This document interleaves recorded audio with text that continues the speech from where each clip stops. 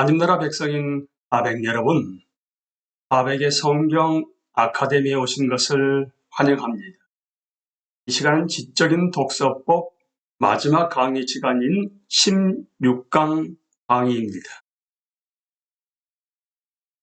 크리스토퍼 라이트는 성경의 숲을 건너란 책에서요,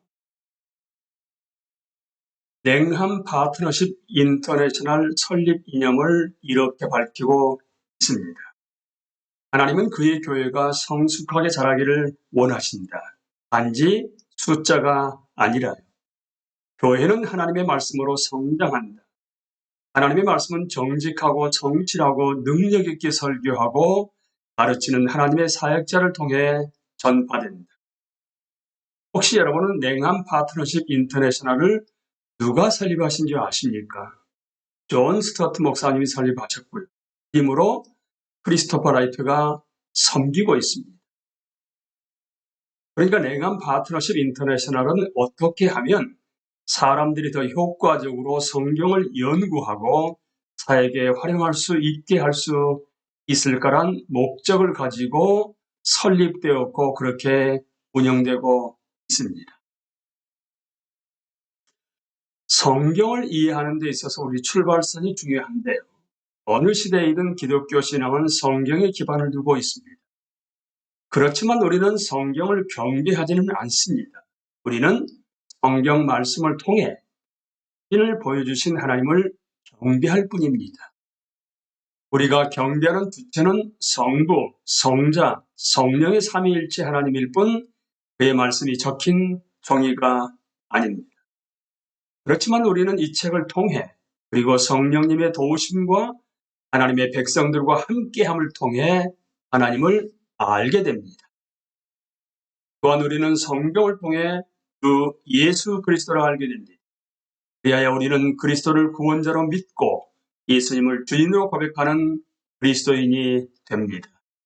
이것이 우리의 근원적인 믿음이며 정체성임을 기억할 때 우리가 믿는 모든 것 그리고 성경 그 자체에 대한 믿음이 제 모습을 찾을 수 있습니다. 우리는 바로 이 지점에서 이야기를 시작하려고 합니다.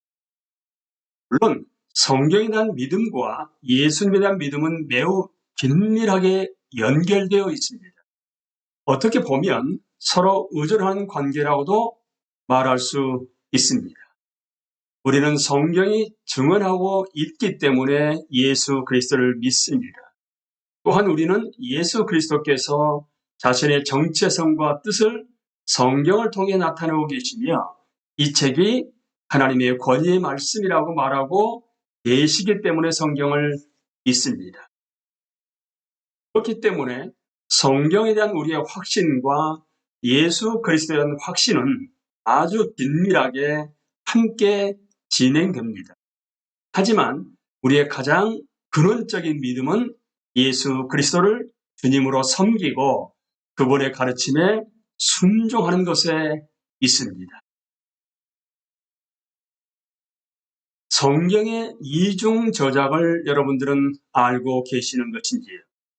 우리는 성경을 하나님의 말씀이라고 부르고 성경은 예수 그리스도를 말씀이라고 합니다. 요한복음 1장 1절에서 태초에 말씀이 계시니라. 이 말씀이 하나님과 함께 계셨으니 이 말씀은 곧 하나님이시니라. 물론 우리는 이 두 가지를 단순하게 동일시할 수 없습니다. 하나는 책이며 또 하나는 인간의 몸으로 오신 살아계신 하나님 자신이기 때문입니다. 그럼에도 불구하고 하나님 자신과 성경의 본질을 비교해 보는 것은 우리에게 도움을 줍니다. 우리는 예수 그리스도께서 부분적으로 인간이거나 부분적으로 신성하다고 생각하지 않습니다. 교회 신앙 고백이 말하고 있듯이 예수 그리스도는 완전한 인간인 동시에 완전한 신이십니다. 그렇기 때문에 우리는 그분의 완전한 인성과 완전한 신성에 대한 확신을 신중하게 이해할 필요가 있습니다. 이와 비슷하게 성경은 부분적으로 하나님의 말씀이고 부분적으로 인간의 말이 아니라 완전한 하나님의 말씀인 동시에 완전한 인간의 말입니다. 이것을 우리는 성경의 이중 저작, 듀얼 오서십이라고 말합니다. 성경은 완전한 하나님의 말씀을 우리에게 왔습니다. 그리스도인들은 성경이 말하는 바가 곧 하나님께서 우리에게 말씀하시고자 하는 바라고 믿습니다.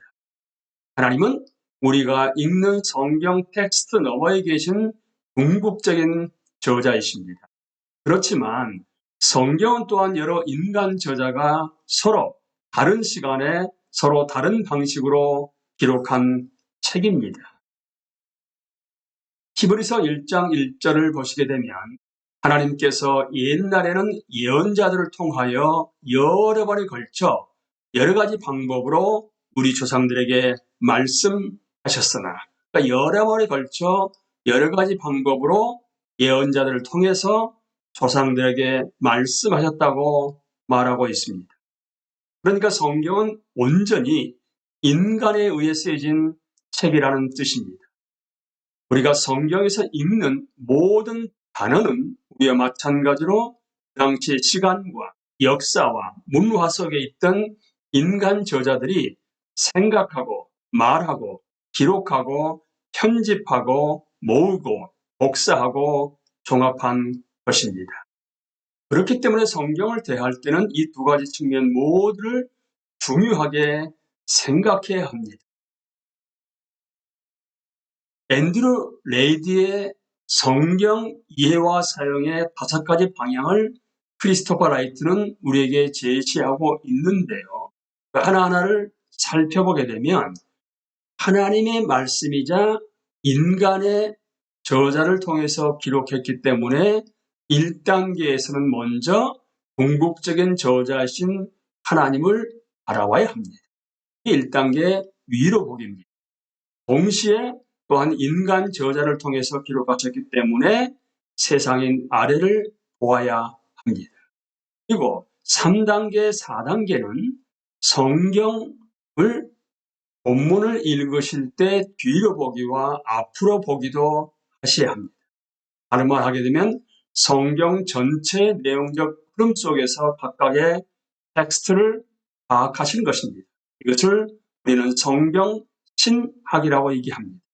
그러니까 지금까지 얘기한 부분을 다시 한번 컨텍스트, 맥락적인 차원에서 말씀드리게 되면 인접 맥락만 보시는 것이 아니라 연속 맥락과 66권 정경 전체 맥락에서도 텍스트를 반드시 파악을 하셔야 하는 것입니다. 그건 한 다음에 맨 마지막으로 5단계 지금 서 있는 것을 보기, 삶의 맥락에서 우리가 살고 있는 현재 세상에서 어떻게 말씀을 우리 삶에 적용해서 순종할 것인가가 5단계의 마지막에 속해 있습니다. 이제 하나하나를 함께 나누겠습니다. 먼저 첫 번째요. 성경은 하나님의 말씀입니다. 그래서 우리는 경외하는 마음과 겸손함으로 때로는 무릎 꿇고 경배하며 성경을 읽습니다. 성경을 경배하는 것이 아니라 성경을 통해 말씀하시는 하나님을 경배합니다. 이는 하나님을 더 알고 더 사랑하고 더 온전히 순종하기 위해 성경을 읽습니다. 세상에는 수많은 책들이 있지만 성경은 다른 책들과는 다릅니다. 하나님은 성경 속의 객관적 역사 가운데 자기 자신을 드러내셨고 지금도 우리 개개인에게 말씀하고 계시기 때문입니다. 우리는 하나님을 사랑하기 때문에 성경을 사랑하는 것입니다. 그렇기 때문에 성경을 연구하고 가르치기 위해 우리가 첫 번째로 해야 할 일은 위를 보는 것입니다. 성경은 하나님 말씀이기 때문에 하나님은 그것을 통해 우리에게 말씀하시며 우리가 가르치는 이들에게도 말씀하십니다. 우리는 그것을 믿고 기도하는 마음으로 고개를 들어 하나님을 바라보는 것입니다.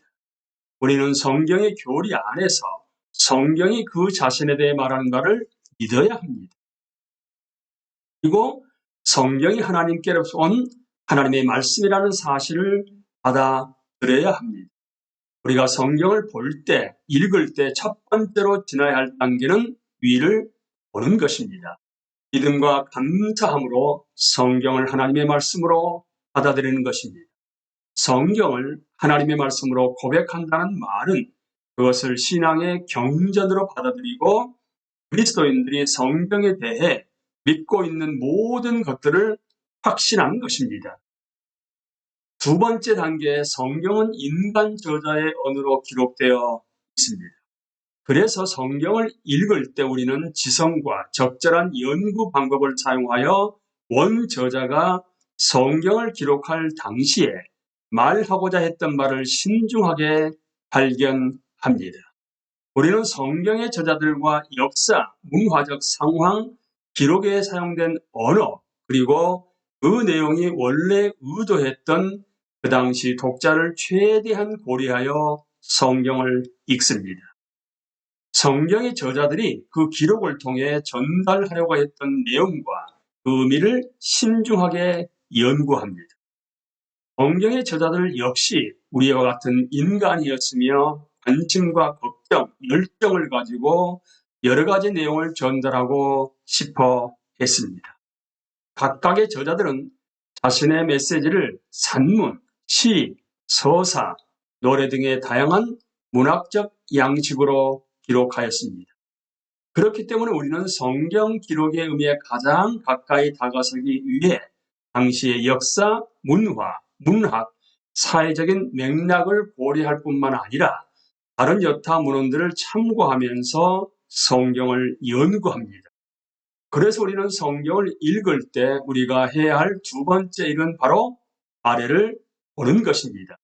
이는 성경에 쓰인 내용을 면밀히 보고 매우 신중하게 연구하는 것을 뜻합니다. 우리가 할 수 있는 만큼 최대한 성경의 저자와 역사, 문화적 상황, 기록, 언어, 의도된 독자를 알아가는 과정을 해석이라고 말합니다. 이는 성경의 내용을 이해하기 쉽게 설명한 과정이며 상당한 노력이 들지만 반드시 필요한 작업입니다. 성경 저자가 의도했던 바를 명확히 알수록 우리는 그 말씀을 통해 하나님께서 지금 우리에게 하고자 하는 바를 분명하게 깨달을 수 있습니다. 이제 세 번째와 네 번째 단계로 들어갑니다. 하나님은 성경을 전체로 우리에게 주셨습니다. 그렇기 때문에 우리는 성경 각각의 텍스트를 전체 흐름에 비추어 해석해야 합니다. 성경 텍스트의 일부를 임의로 가져다 일반적인 의미로 해석해서는 안 됩니다. 우리는 우리가 읽은 성경의 말씀이 하나님의 역사적 계시의 흐름 가운데 어느 부분에 해당하는지 알아야 합니다. 그렇기 때문에 세 번째와 네 번째 단계는 뒤와 앞을 보는 것입니다. 성경에서 특정 텍스트가 차지하고 있는 위치를 살피기 위해서는 그 전에 어떤 일이 있었고 그 이후에는 어떤 일이 있었는지 살펴보아야 합니다. 그리고 그 위치를 성경 전체 흐름에서 확인합니다. 다시 말해 이것은 성경 말씀의 일부를 성경적 신학의 총체적인 관점에서 보는 과정이라고 말할 수 있습니다. 이렇게 성경 전체적 관점에서 본문을 살펴봄으로써 우리는 각각의 텍스트가 성경 전체에 어떻게 기여하고 있는지 알게 됩니다. 성경에는 분명하고 전체적인 구조와 형식이 있습니다. 그러니까 전체적인 구조와 형식을 다른 말로 풀어서 설명하시게 되면 세상의 시작과 중간과 끝에 대한 이야기이며 우리에게 경전으로 주어진 책이 성경이라는 것입니다. 그러니까 성경에는 분명하고 전체적인 구조와 형식을 가지고 있으며 신앙 공동체 안에서 우리를 안내해주는 권위의 말씀입니다. 그래서 바울 사도는 성경을 하나님의 모든 뜻이라고 표현하고 있습니다. 골로새서 4장 12절입니다. 여러분의 동향인이요 그리스도 예수의 종인 에바브라가 여러분에게 문안합니다. 그는 여러분이 완전하게 되고 하나님의 모든 뜻에 확신을 가지고 서기를 기도하면서 늘 여러분을 위하여 애쓰고 있습니다. 하나님의 모든 뜻이요. 그렇기 때문에 우리는 그 전체로 받아들이고 성경이 우리 삶의 모든 방식을 다스리고 우리의 관점이 되도록 해야만 합니다. 다섯 번째, 하나님은 오늘날은 성경을 통해 말씀하고 계십니다. 그렇기 때문에 우리는 읽은 말씀을 우리의 모습과 교회 그리고 우리를 둘러싼 세상에 적용해야 합니다. 이는 성경을 단순히 이해하기 위해 읽는 것이 아닙니다. 그 말씀을 사용하기 위해 읽는 것입니다. 그래서 우리가 성경을 읽을 때 생각해야 할 다섯 번째 단계는 지금 우리가 서 있는 것을 보고 성경 말씀과 우리가 사는 이 세상 사이에 다리를 만들어가는 것입니다. 우리는 성경이 지금 이곳과 분명히 관계가 있으며 능력이 있음을 보여주어야 합니다. 이것이 바로 적용의 핵심입니다. 우리는 종종 사람들이 성경을 잘못 적용하거나 그 내용을 우리 자신이 원하는 방식으로 왜곡하는 것을 봅니다.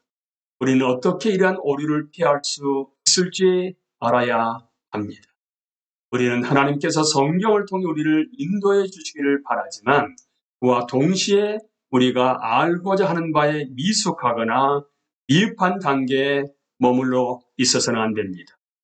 성경은 우리가 원할 때마다 소원을 들어주고 기적을 보여주는 마술 상자도 아닙니다. 성경을 적용함에 있어 우리는 신중하고 정직한 태도를 가져야만 합니다. 많은 사람들이 하나님을 믿는다고 말하지만 그 하나님이 성경이 말하고 있는 하나님인지에 대해서는 심각하게 생각하지 않습니다. 그리스도인이라고 말하면서도 성경은 다양한 이야기와 가르침을 통해 우리에게 하나님의 성품, 방식, 목적 그리고 의지를 보여줍니다. 성경은 행동하시는 하나님, 개입하시는 하나님, 생각하고 계획하시는 하나님, 기억하시는 하나님, 말씀하시고 소통하시는 하나님을 우리에게 보여줍니다. 여러분은 하나님의 이야기를 어떻게 알고 있습니까? 첫 번째 질문은 우리는 어디에 있는가입니다. 거기에 대한 질문에 대한 답은 우주는 살아계시고 인격적이신 하나님의 놀라운 창조물로서 우리가 지금 하나님의 섭리 가운데 이 땅 이 시기에 이곳에서 살고 있는 것입니다. 그리고 두 번째 질문은 우리는 누구인가입니다. 하나님을 사랑하고 경배하기 위해 하나님의 형상을 따라 만들어진 피조물입니다. 인간만 하나님의 형상을 따라 만들어진 피조물로서 하나님을 사랑하고 경배해야만 하는 것입니다. 세 번째 질문은 지금 현재 세상은 무엇이 문제인가입니다. 우리의 죄로 인해 세상은 혼란스러워졌고 하나님께 대적하게 되었습니다. 문제는 근본적이고 영적이고 양심적인 것에 있습니다. 그렇다면 해결할 방법은 과연 무엇인가? 우리의 문제를 해결하기 위해 우리가 할 수 있는 일은 없습니다. 그러나 하나님께서 역사 속에서 일하고 우리를 구원하셨기 때문에 모든 피조물에는 소망이 있습니다. 여러분은 성경에서 말하고 있는 궁극적인 소망이 무엇이라고 생각하십니까? 새하늘, 새 땅, 새 예루살렘이 궁극적인 우리가 거할 소망입니다. 성경이 보여주시는 하나님은 살아계시며 인격적으로 관계를 맺으시는 하나님입니다. 이러한 하나님을 알아야 하며 다른 사람들 또한 그 하나님을 알 수 있도록 도와주어야 합니다. 그렇게 할 때 우리는 삶의 중심에 하나님이 계신 세계관을 가지고 매일을 살아갈 수 있습니다. 이런 하나님 중심의 삶을 사는 것은 순간의 회심으로 되는 것이 아니라 평생의 발견을 통해 이루어집니다. 우리는 성경에 대해 생각하는 것이 아니라 성경을 통해 생각하게 될 것입니다. 이런 말씀이대로 성경에 대해 생각하는 것이 아니라 그리스도인은 성경을 통해서 생각하게 될 때 성경적 세계관을 가지게 되었다고 말할 수 있습니다. 성경이 우리의 모든 생각을 형성하고 지도하게 되는 것입니다. 이는 평생이 걸리는 일이기 때문에 우리는 지금 바로 성경적 세계관을 위한 노력을 시작해야만 합니다. 우리는 독서법 마지막 시간에 성경 이해와 사용의 5가지 방향으로서 5단계를 함께 나누었습니다. 하나님의 말씀인 성경은 이중 저작권을 가지고 있지요.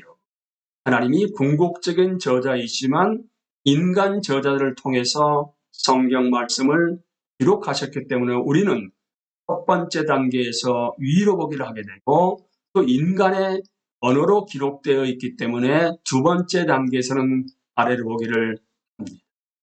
뿐만 아니라 우리는 성경이 66권 정경 전체로 한 권으로 주어졌기 때문에 우리가 성경 전체 내용적 흐름 속에서 각각의 텍스트를 파악하시기 위해서 성경 본문의 뒤로 보기와 앞으로 보기를 통해서 그러니까 연속 맥락과 정경 맥락에서 각각의 텍스트를 파악하는 것을 여러분 성경 신학이라고 얘기를 합니다. 그리고 올바른 해석을 통해서 우리 삶에 적용하는 것이 삶의 맥락을 알고 현재의 세상에서 지금 서 있는 것을 보면서 말씀에 순종하는 삶을 살아가는 것이 바로 하백의 삶의 목적 아니겠습니까? 우리는 지금까지 성경 해석을 올바로 하기 위한 전제로서 지적인 독서법을 함께 공부했습니다.